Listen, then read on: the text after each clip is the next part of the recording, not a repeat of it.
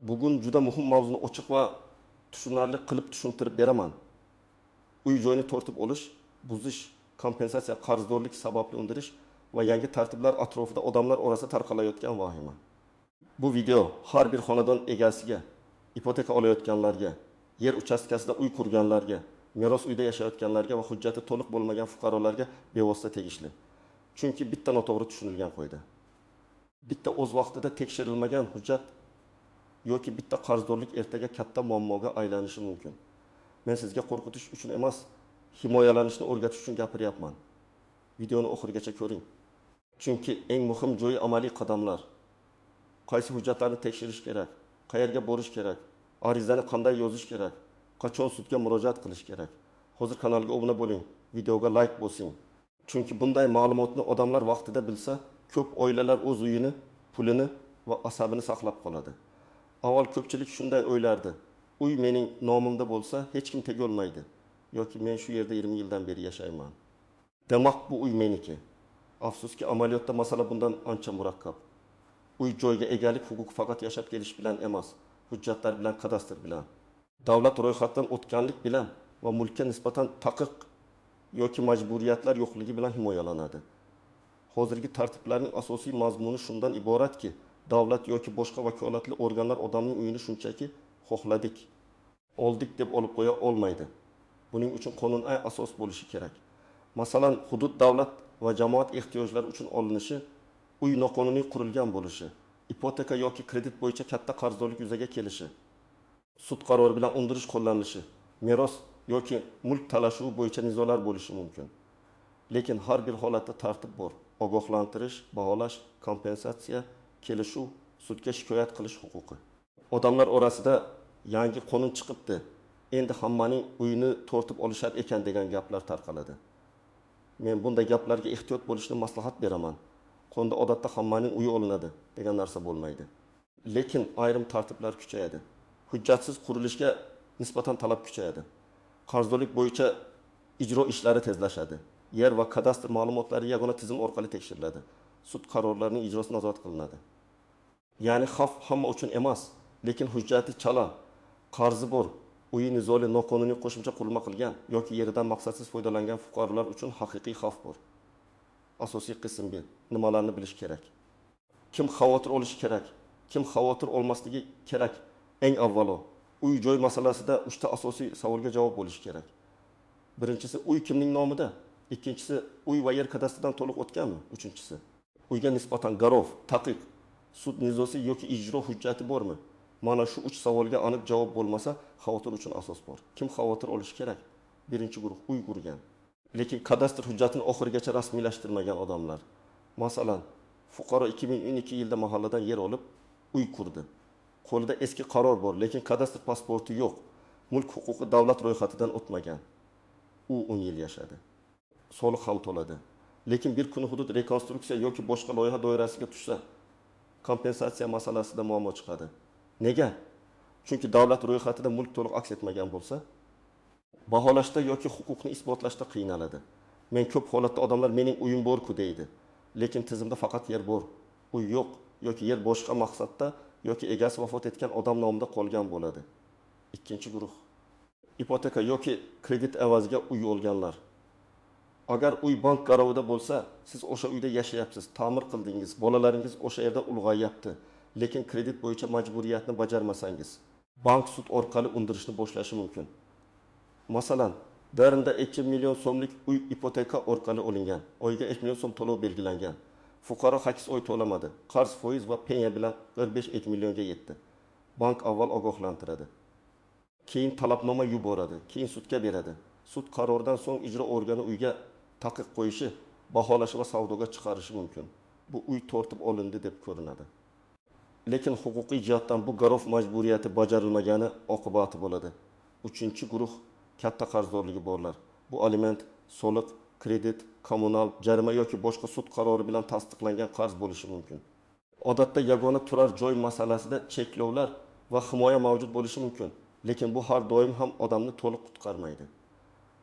Ayniqsa uy garovga qo'yilgan bo'lsa yoki mulk tadbirkorlik qarzi uchun ta'minot sifatida berilgan bo'lsa. Xavf katta. Masalan, Odam biznes uchun 300 million so'm kredit olib, uyini garovga qo'ydi. Biznes yurishmadi, kredit yopilmadi.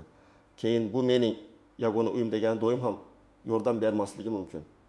Chunki u o'zi oldidan uyini garov sifatida ko'rsatgan. 4-guruh merosni rasmiylashtirmagan oilalar juda ko'p uchraydi. Ota vafot etgan, uy hanuz otaning nomida. Ona, farzandlar, kelinlar, nevaralar shu uyda yashaydi. 5 yil. Eng yil o'tadi. Keyin meros bo'yicha bir farzand kelib, mening ulushim bor deydi. Yoki u o'z ulushini boshqa birovga sotmoqchi bo'ladi. Yoki qarzdor bo'lgan merosxo'rning ulushiga ijro taqiq qo'yiladi. Natijada butun oila sarson bo'ladi. Shuning uchun ota-onamizning uyi o'zimiznikiga o'xshaydi degan gap hujjat o'rnini bosmaydi. Meros notarius orqali ochilishi, ulushlar aniqlanishi, kadastrda egalar yangilanishi kerak.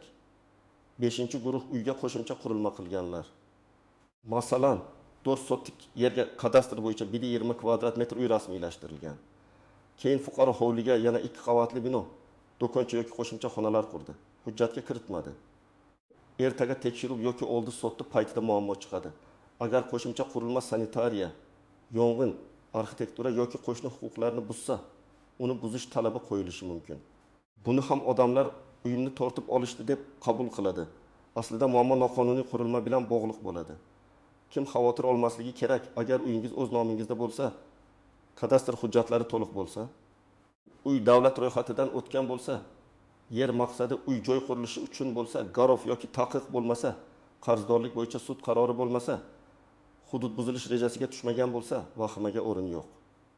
Lekin men baribir har yili kamida bir marta kadastr ma'lumotlarini tekshirishni tavsiya qilaman. Chunki ba'zan tizimda eski ma'lumot qoladi, manzil o'zgargan bo'ladi, egasi pasportini yangilagan bo'ladi. Lekin hujjatda eski ma'lumot turadi. Endi davlat va jamoat ehtiyojlari uchun olib qo'yish masalasini alohida tushuntiraman. Masalan, yo'l kengaytiriladi, metro, ko'prik, maktab, shifoxona, muhandislik tarmoqlari quriladi. Bunday holatda davlatga yer kerak bo'lishi mumkin. Lekin fuqaroga oldindan xabar berilishi, mulk baholanishi, kompensatsiya masalasi hal qilinishi kerak.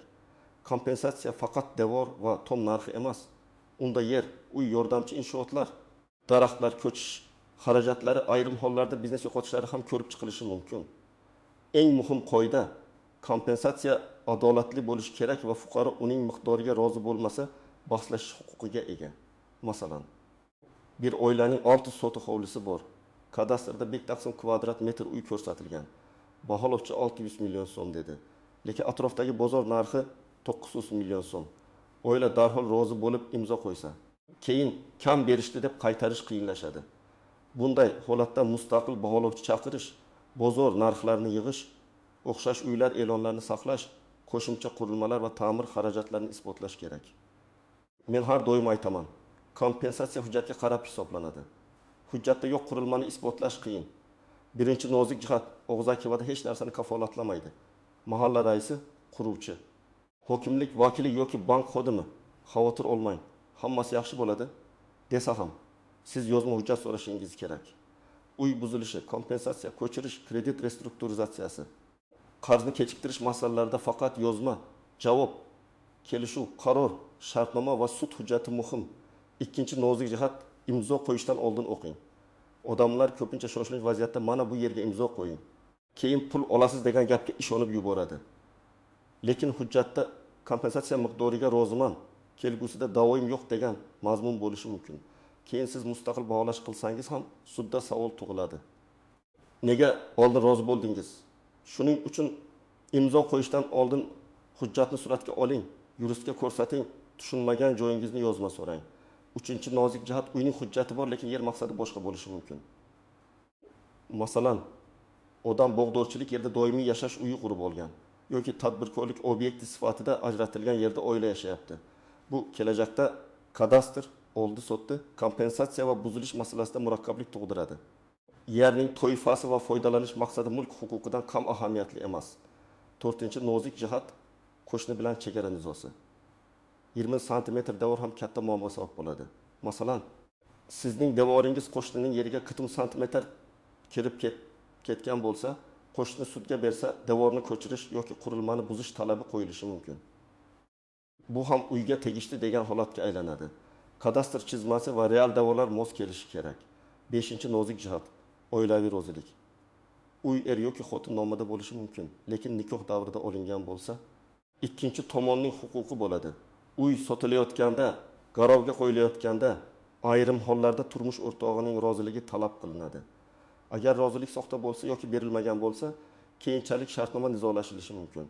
Bu ayniqsa ajrimdan keyin juda ko'p uchraydi.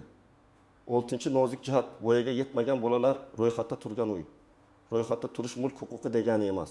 Lekin bolalarning yashash huquqi masalasida vasiylik organlari va sud alohida e'tibor beradi. Shuning uchun bunday uylarni sotish, almashtirish yoki ko'chirishda hujjatlar aniq bo'lishi kerak. Bolam shu uyda propiskada. Demak, uy sotilmaydi deyish ham noto'g'ri. Bolalar borligi ahamiyatsiz deyish ham noto'g'ri. Har bir vaziyat alohida ko'riladi. 7-chi nozik jihat, ijro organidan kelgan xatni e'tiborsiz qoldirmang. Ko'pchilik suddan qog'oz keldi, lekin men bormadim. Demak, hech narsa bo'lmaydi deb o'ylaydi. Aslida aksincha, siz bormasangiz ham ish ko'rilishi mumkin. Qaror chiqishi mumkin. Keyin ijro boshlanadi. Qaror kuchga kirgandan keyin uni bekor qilish ancha qiyin. Shuning uchun har qanday xat, chaqiruv, talabnoma, ogohlantirishni darhol o'qing va muddatlarni o'tkazib yubormang. Birinchi qadam, kadastr hujjatlaringizni tekshiring.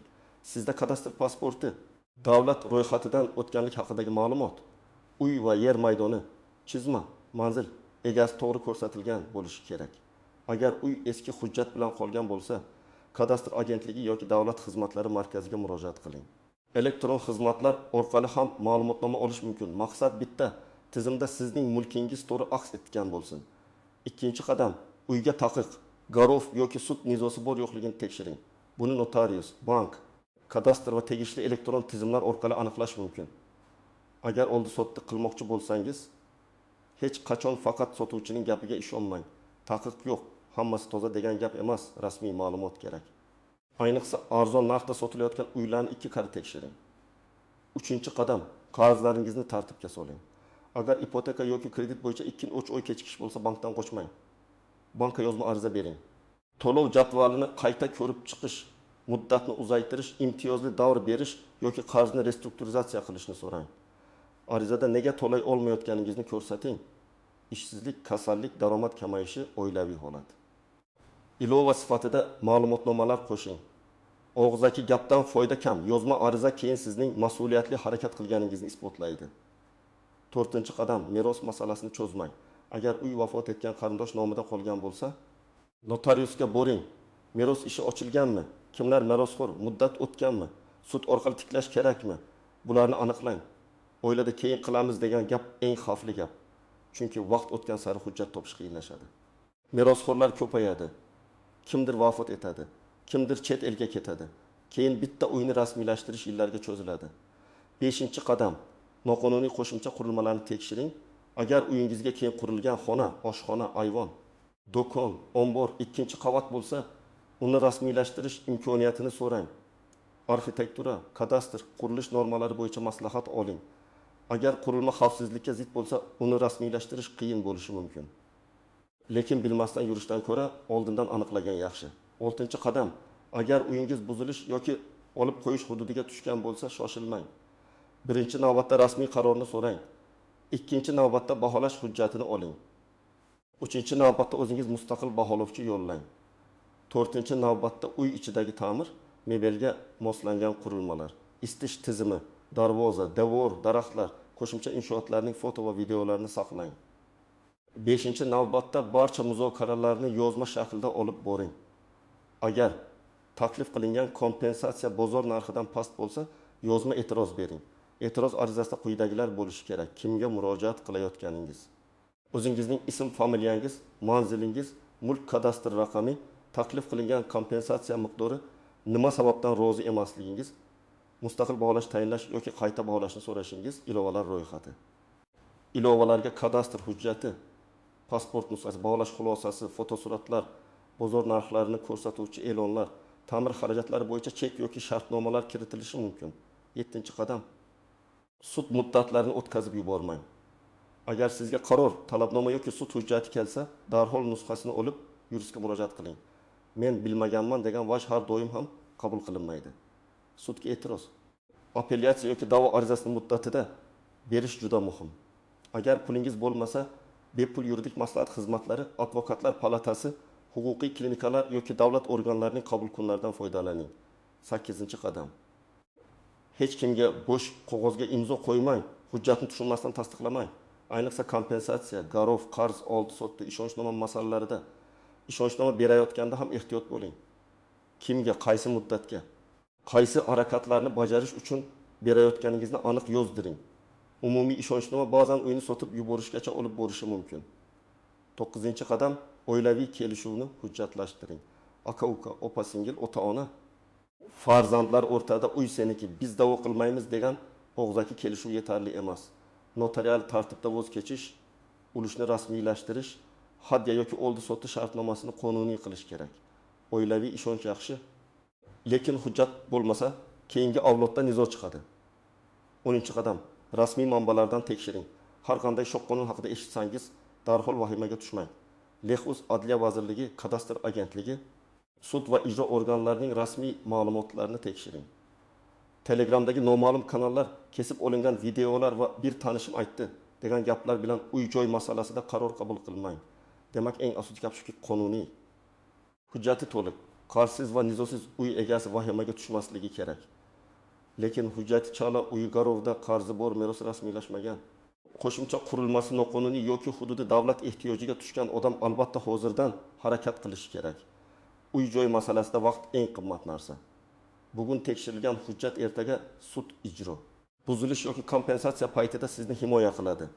Men sizdan iltimos qilaman. Shu videodan keyin kadastr hujjatlaringizni bir marta ochib qarang. Uy kimning nomida, maydoni to'g'rimi?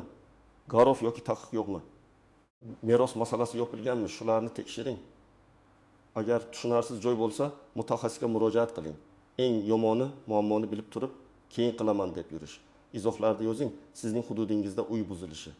Kompensatsiya yoki kadastr bilan bog'liq muammo bo'lganmi? Qancha taklif qilishgan, qanday hujjat so'rashgan, nimada qiynalgansiz? Tajribangiz boshqalarga foyda bo'lishi mumkin. Videoga like bosing, kanalga obuna bo'ling va yaqinlaringizga yuboring. Chunki uy masalasi hazil emas. Bitta to'g'ri ma'lumot butun oilaning kelajagini saqlab qolishi mumkin.